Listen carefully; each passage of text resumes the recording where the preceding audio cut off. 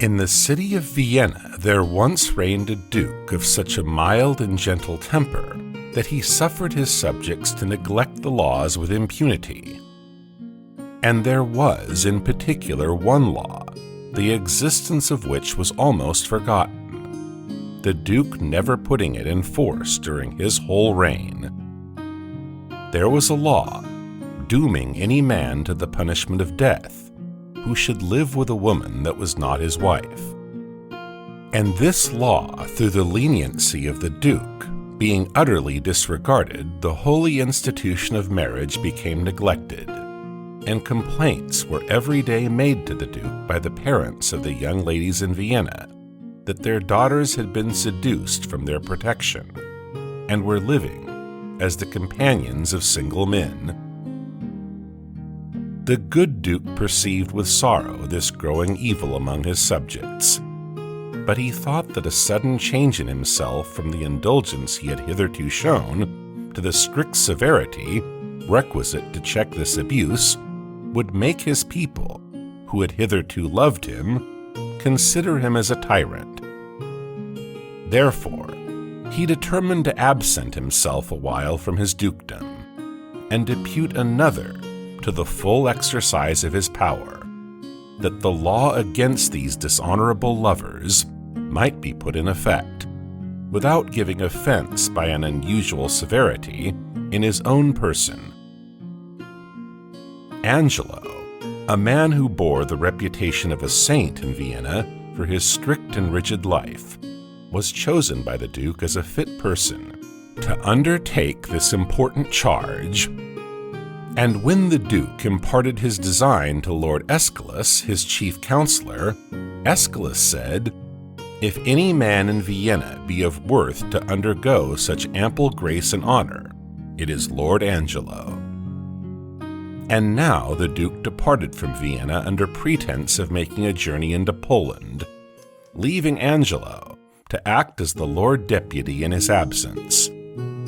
But the duke's absence was only a feigned one, for he privately returned to Vienna, habited like a friar, with the intent to watch unseen the conduct of the saintly-seeming Angelo.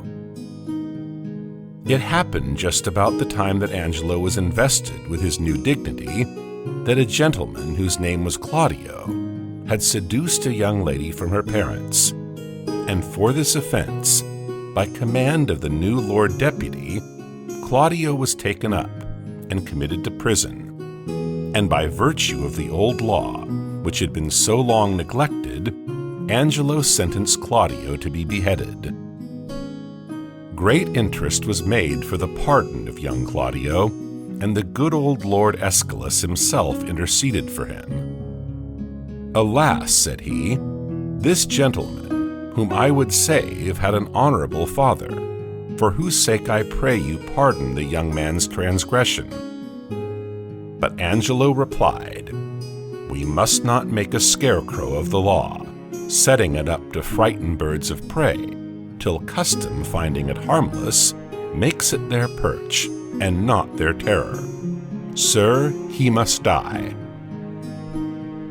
Lucio, the friend of Claudio, visited him in the prison, and Claudio said to him, "I pray you, Lucio, do me this kind service.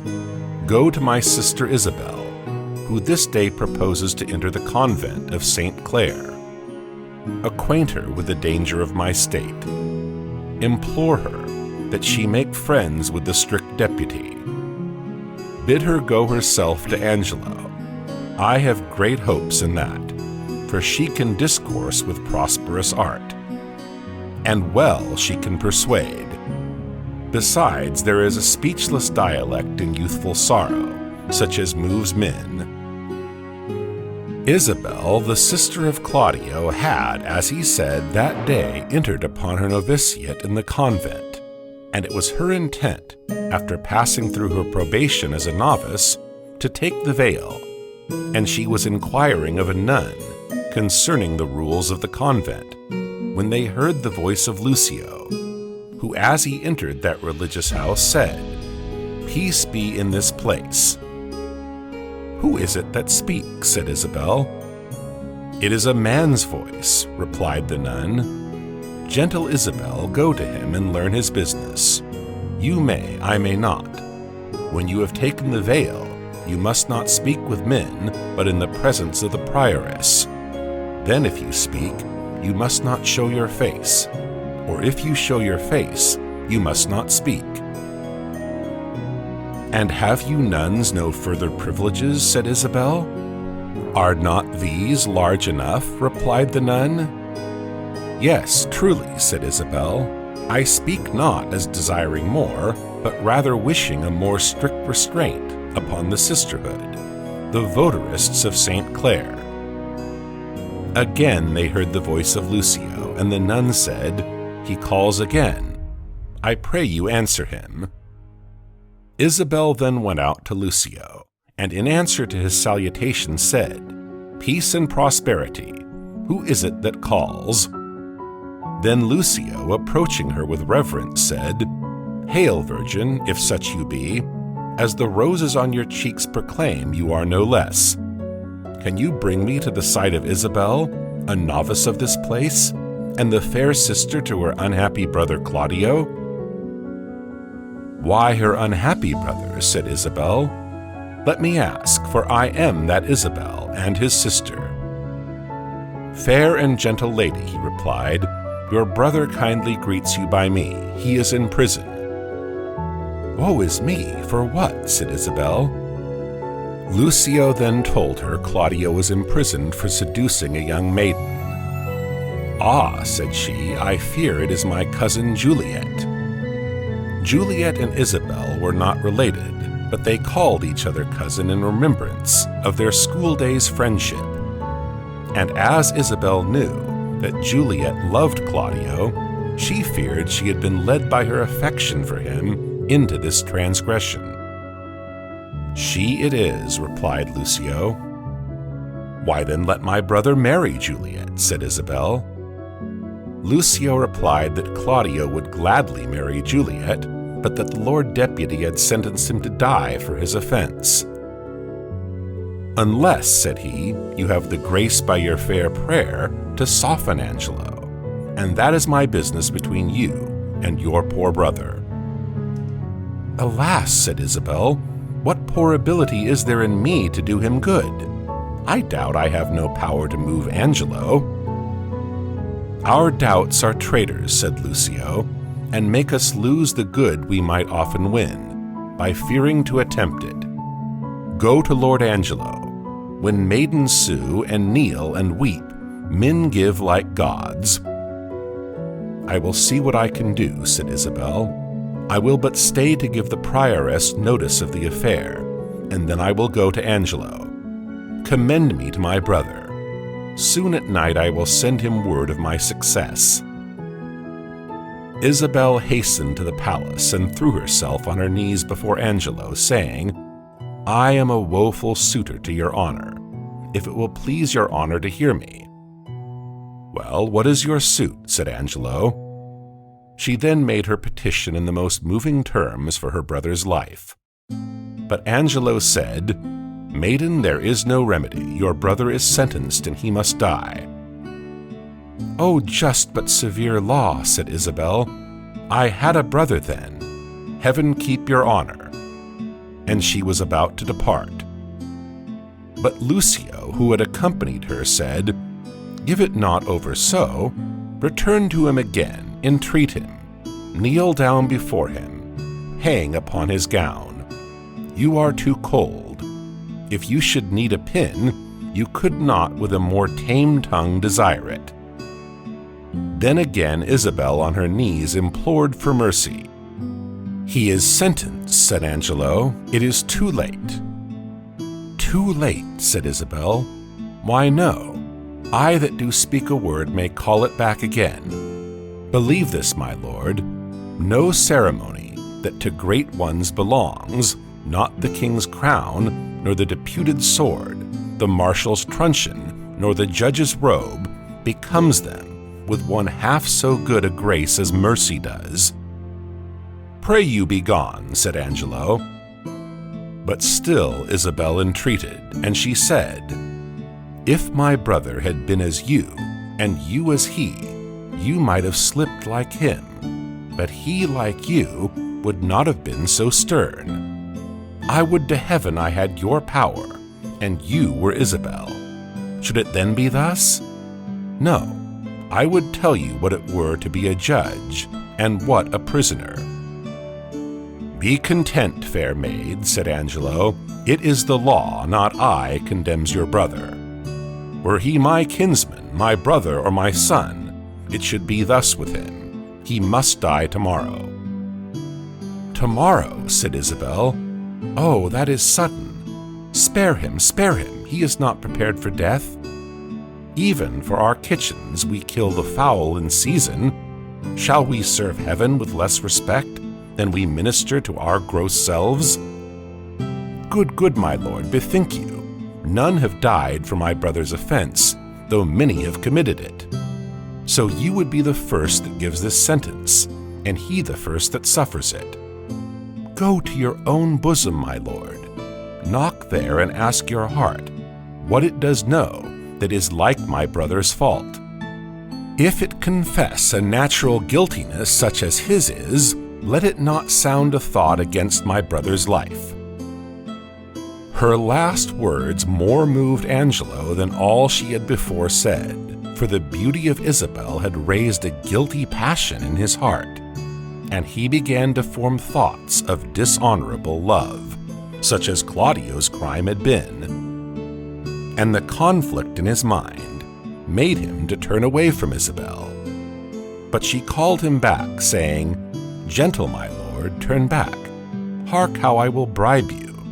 Good, my lord, turn back. How bribe me? Said Angelo, astonished that she should think of offering him a bribe.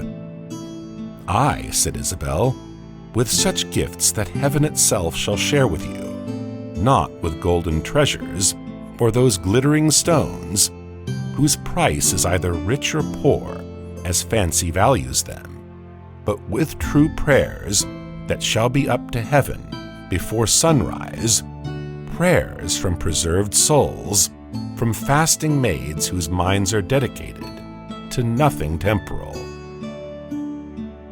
Well, come to me tomorrow, said Angelo. And for this short respite of her brother's life, and for this permission that she might be heard again, she left him with a joyful hope that she should at last prevail over his stern nature. And as she went away, she said, Heaven keep your honor safe. Heaven save your honor. Which when Angelo heard, he said within his heart, Amen. I would be saved from thee and from thy virtues. And then, affrighted at his own evil thoughts, he said, What is this? What is this? Do I love her, that I desire to hear her speak again and feast upon her eyes? What is it I dream on? The cunning enemy of mankind to catch a saint, with saints does bait the hook. Never could an immodest woman once stir my temper, but this virtuous woman subdues me quite. Even till now, when men were fond, I smiled and wondered at them. In the guilty conflict in his mind, Angelo suffered more that night than the prisoner he had so severely sentenced.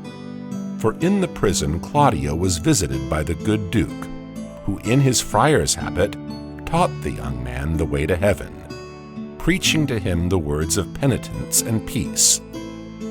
But Angelo felt all the pangs of irresolute guilt, now wishing to seduce Isabel from the paths of innocence and honor, and now suffering remorse and horror for a crime as yet but intentional.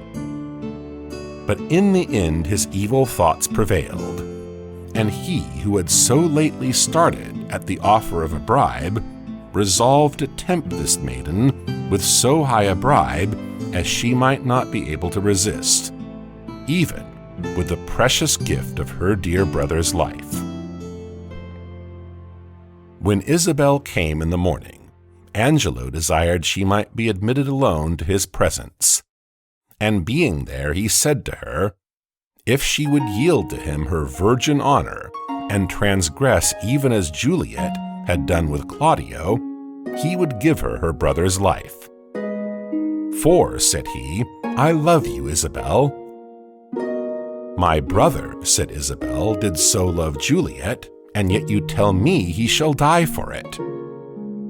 "But," said Angelo, "Claudio shall not die, if you will consent to visit me by stealth at night, even as Juliet left her father's house at night to come to Claudio."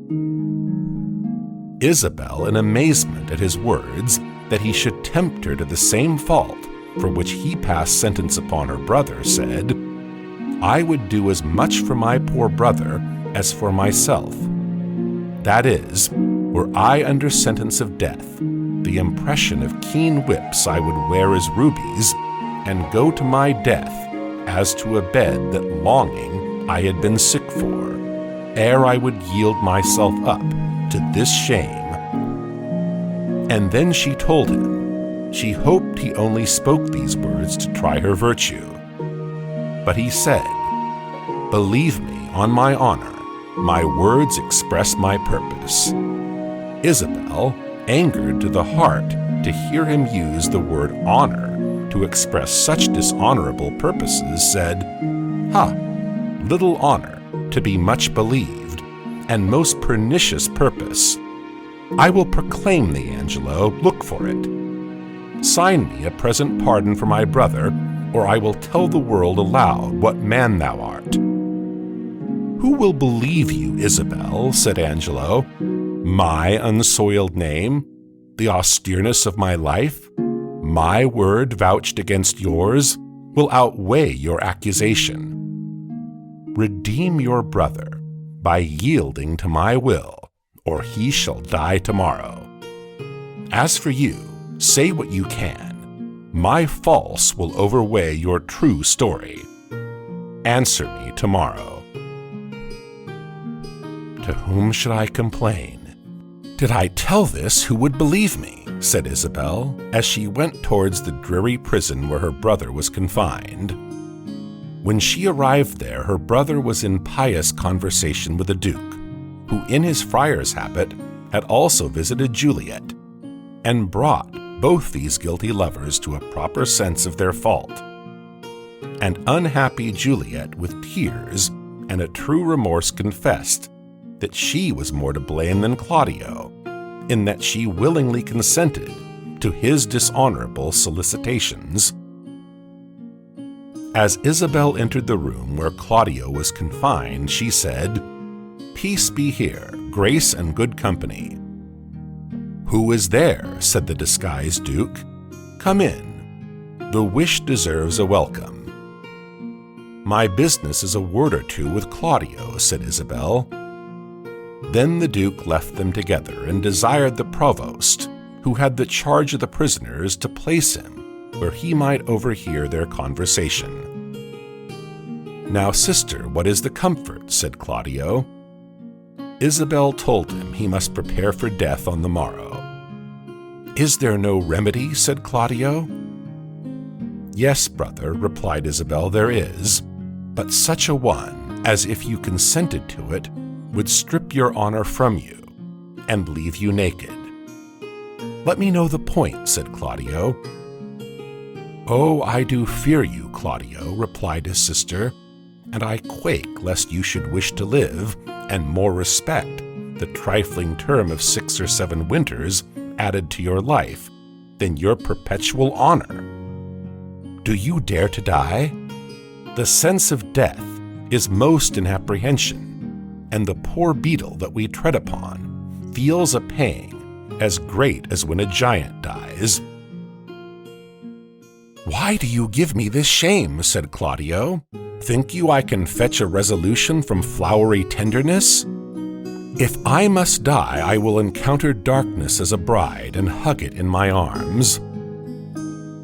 "There spoke my brother," said Isabel. "There my father's grave did utter forth a voice. Yes, you must die. Yet would you think it, Claudio? This outward sainted deputy, if I would yield to him my virgin honor, would grant your life. Oh, were it but my life, I would lay it down for your deliverance as frankly as a pin." "Thanks, dear Isabel," said Claudio. "Be ready to die tomorrow," said Isabel. "Death is a fearful thing," said Claudio. "And shamed life a hateful," replied his sister. But the thoughts of death now overcame the constancy of Claudio's temper, and terrors, such as the guilty only at their deaths do know, assailing him, he cried out, "Sweet sister, let me live. The sin you do to save a brother's life, nature dispenses with the deed so far that it becomes a virtue." "O faithless coward, O dishonest wretch," said Isabel, "would you preserve your life by your sister's shame? Oh, fie, fie, fie! I thought, my brother, you had in you such a mind of honor that had you 20 heads to render up on 20 blocks, you would have yielded them up all before your sister should stoop to such dishonor." "Nay, hear me, Isabel," said Claudio. But what he would have said in defense of his weakness, in desiring to live by the dishonor of his virtuous sister, was interrupted by the entrance of the Duke, who said, "Claudio, I have overheard what has passed between you and your sister. Angelo had never the purpose to corrupt her. What he said has only been to make trial of her virtue. She, having the truth of honor in her, has given him that gracious denial which he is most glad to receive. There is no hope that he will pardon you. Therefore pass your hours in prayer, and make ready for death." Then Claudio repented of his weakness and said, "Let me ask my sister's pardon. I am so out of love with life that I will sue to be rid of it." And Claudio retired, overwhelmed with shame and sorrow for his fault. The Duke, being now alone with Isabel, commended her virtuous resolution, saying, "The hand that made you fair has made you good."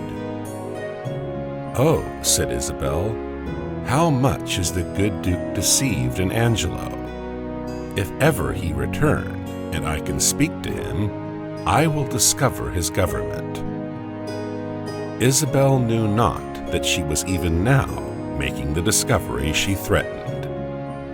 The Duke replied, "That shall not be much amiss. Yet as the matter now stands, Angelo will repel your accusation. Therefore, lend an attentive ear to my advisings.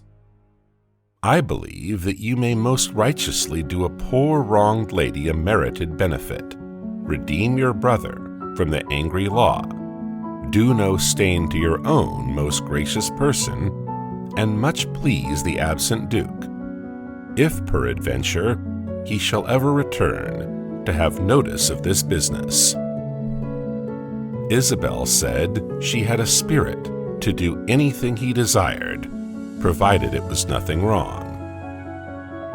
"Virtue is bold and never fearful," said the Duke. And then he asked her if she had ever heard of Mariana, the sister of Frederick, the great soldier who was drowned at sea. "I have heard of the lady," said Isabel, and good words went with her name. "This lady," said the Duke, "is the wife of Angelo, but her marriage dowry was on board the vessel in which her brother perished. And mark how heavily this befell to the poor gentlewoman. For beside the loss of a most noble and renowned brother, who in his love towards her was ever most kind and natural, in the wreck of her fortune she lost the affections of her husband, the well-seeming Angelo, who, pretending to discover some dishonor in this honorable lady, though the true cause was the loss of her dowry, left her in her tears, and dried not one of them with his comfort. His unjust unkindness, that in all reason should have quenched her love, has, like an impediment in the current, made it more unruly, and Mariana loves her cruel husband with the full continuance of her first affection. The Duke then more plainly unfolded his plan. It was that Isabel should go to Lord Angelo and seemingly consent to come to him as he desired at midnight, that by this means she would obtain the promised pardon, and that Mariana should go in her stead to the appointment and pass herself upon Angelo in the dark for Isabel. "Nor, gentle daughter," said the feigned friar, "fear you to do this thing. Angelo is her husband, and to bring them thus together is no sin." Isabel, being pleased with this project, departed to do as he directed her, and he went to apprise Mariana of their intention. He had before this time visited this unhappy lady in his assumed character, giving her religious instruction and friendly consolation, at which times he had learned her sad story from her own lips. And now she, looking upon him as a holy man, readily consented to be directed by him in this undertaking. When Isabel returned from her interview with Angelo to the house of Mariana, where the Duke had appointed her to meet him, he said, "Well met, and in good time. What is the news from this good deputy?" Isabel related the manner in which she had settled the affair. "Angelo," said she, "has a garden surrounded with a brick wall, on the western side of which is a vineyard, and to that vineyard is a gate." And then she showed to the Duke and Mariana 2 keys that Angelo had given her, and she said, "This bigger key opens the vineyard gate, this other a little door, which leads from the vineyard to the garden. There I have made my promise at the dead of the night to call upon him, and have got from him his word of assurance for my brother's life. I have taken a due and wary note of the place, and with whispering and most guilty diligence he showed me the way twice over. Are there no other tokens agreed upon between you that Mariana must observe?" said the Duke. "No, none," said Isabel, "only to go when it is dark. I have told him my time can be but short, for I have made him think a servant comes along with me, and that this servant is persuaded I come about my brother." The Duke commended her discreet management, and she, turning to Mariana, said, "Little have you to say to Angelo when you depart from him, but soft and low, remember now my brother." Mariana was that night conducted to the appointed place by Isabel, who rejoiced that she had, as she supposed, by this device preserved both her brother's life and her own honor. But that her brother's life was safe, the Duke was not well satisfied, and therefore at midnight he again repaired to the prison, and it was well for Claudio that he did so, else would Claudio have that night been beheaded. For soon after the Duke entered the prison, an order came from the cruel deputy, commanding that Claudio should be beheaded, and his head sent to him by 5 o'clock in the morning. But the Duke persuaded the provost to put off the execution of Claudio, and to deceive Angelo by sending him the head of a man who died that morning in the prison. And to prevail upon the provost to agree to this, the Duke, whom still the provost suspected not to be anything more or greater than he seemed, showed the provost a letter written with the Duke's hand, and sealed with his seal, which when the provost saw, he concluded this friar must have some secret order from the absent Duke, and therefore he consented to spare Claudio, and he cut off the dead man's head, and carried it to Angelo. Then the Duke, in his own name, wrote to Angelo a letter, saying that certain accidents had put a stop to his journey, and that he should be in Vienna by the following morning, requiring Angelo to meet him at the entrance of the city, there to deliver up his authority. And the Duke also commanded it to be proclaimed that if any of his subjects craved redress for injustice, they should exhibit their petitions in the street on his first entrance into the city. Early in the morning Isabel came to the prison, and the Duke, who there awaited her coming, for secret reasons thought it good to tell her that Claudio was beheaded. Therefore, when Isabel inquired if Angelo had sent the pardon for her brother, he said, "Angelo has released Claudio from this world. His head is off and sent to the deputy." The much-grieved sister cried out, "O unhappy Claudio, wretched Isabel, injurious world, most wicked Angelo!" The seeming friar bid her take comfort, and when she was become a little calm, he acquainted her with the near prospect of the Duke's return, and told her in what manner she should proceed in preferring her complaint against Angelo. And he bade her not fear if the cause should seem to go against her for a while.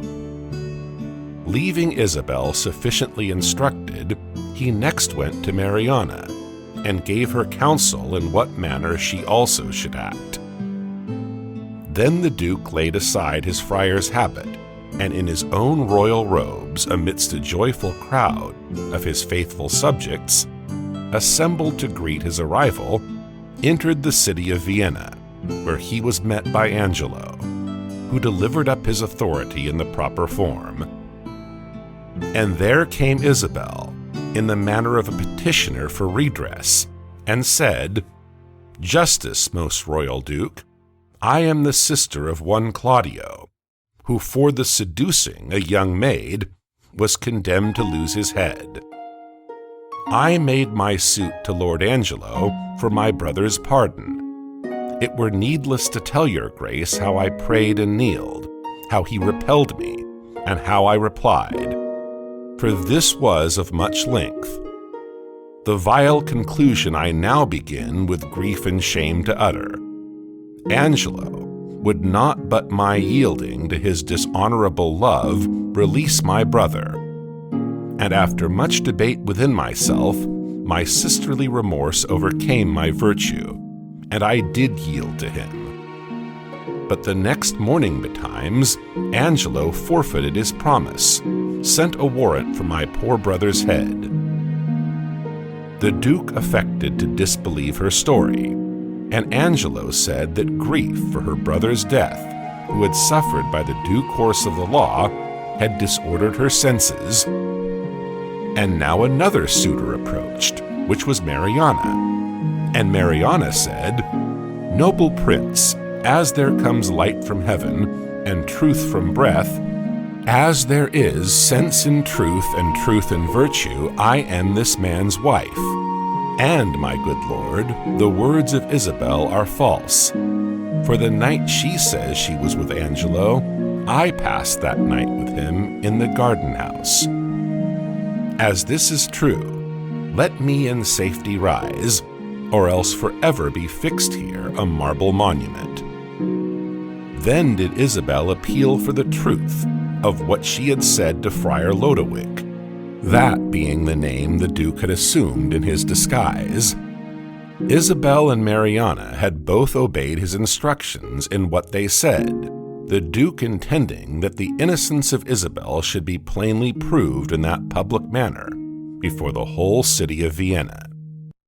But Angelo little thought that it was from such a cause that they thus differed in their story, and he hoped for their contradictory evidence to be able to clear himself from the accusation of Isabel.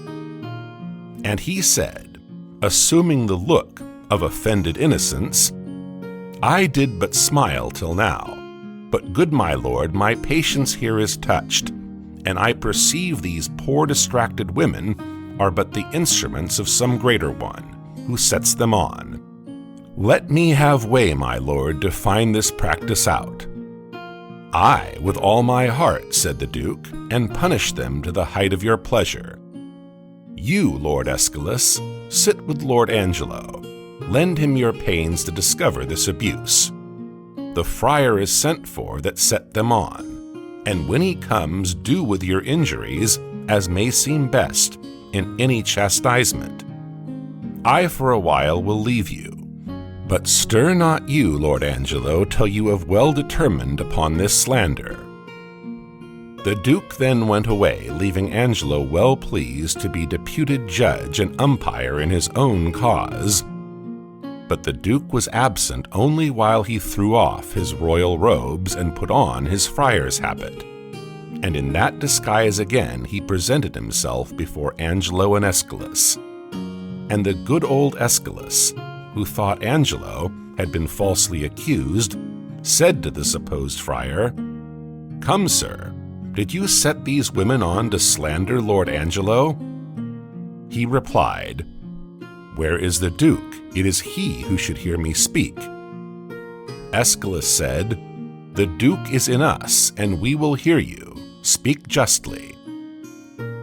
"Boldly at least," retorted the friar, and then he blamed the Duke for leaving the cause of Isabel in the hands of him she had accused, and spoke so freely of many corrupt practices he had observed, while, as he said, he had been a looker-on in Vienna, that Aeschylus threatened him with the torture for speaking words against the state, and for censuring the conduct of the Duke, and ordering him to be taken away to prison. Then, to the amazement of all present and to the utter confusion of Angelo, the supposed friar threw off his disguise, and they saw it was the Duke himself. The Duke first addressed Isabel. He said to her, "Come hither, Isabel. Your friar is now your prince, but with my habit I have not changed my heart. I am still devoted to your service." "Oh, give me pardon," said Isabel, "that I, your vassal, have employed and troubled your unknown sovereignty." He answered that he had most need of forgiveness from her, for not having prevented the death of her brother.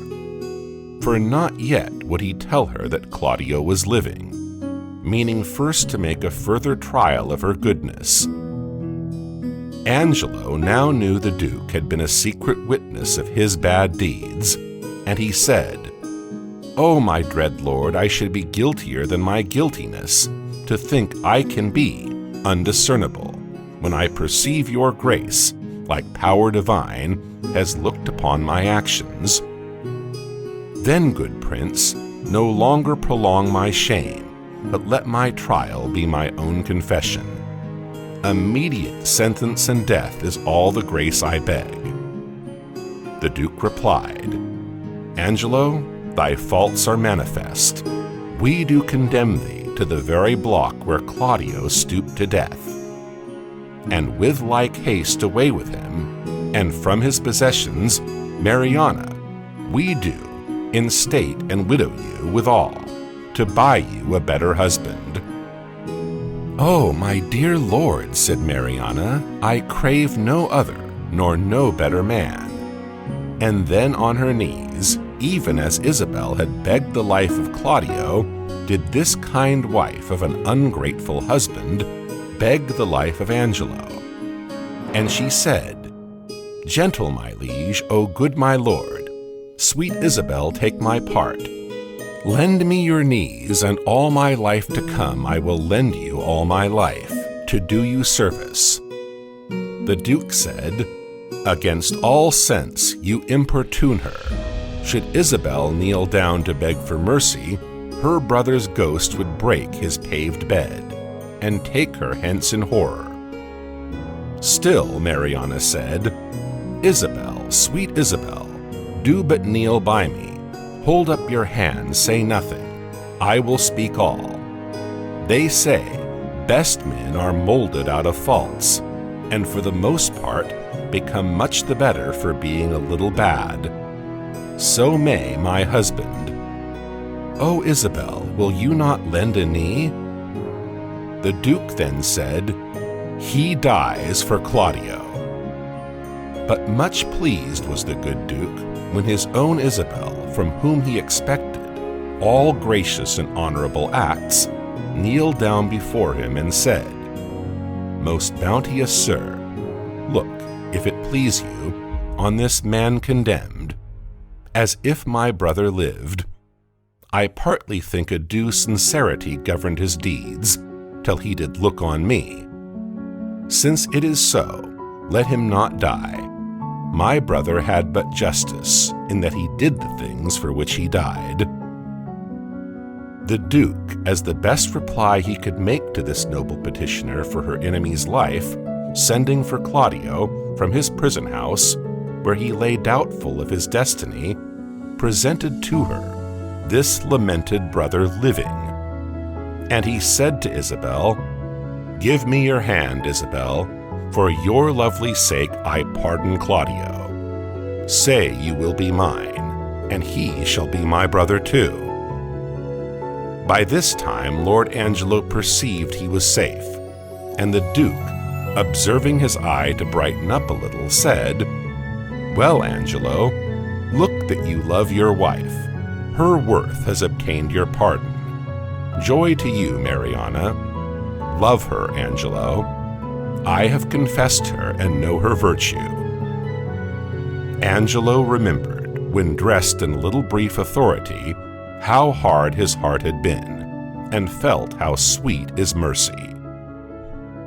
The Duke commanded Claudio to marry Juliet, and offered himself again to the acceptance of Isabel, whose virtuous and noble conduct had won her prince's heart. Isabel, not having taken the veil, was free to marry, and the friendly offices, while hid under the disguise of a humble friar, which the noble Duke had done for her, made her with grateful joy accept the honor he offered her. And when she became Duchess of Vienna, the excellent example of the virtuous Isabel worked such a complete reformation among the young ladies of that city that from that time none ever fell into the transgression of Juliet, the repentant wife of the reformed Claudio.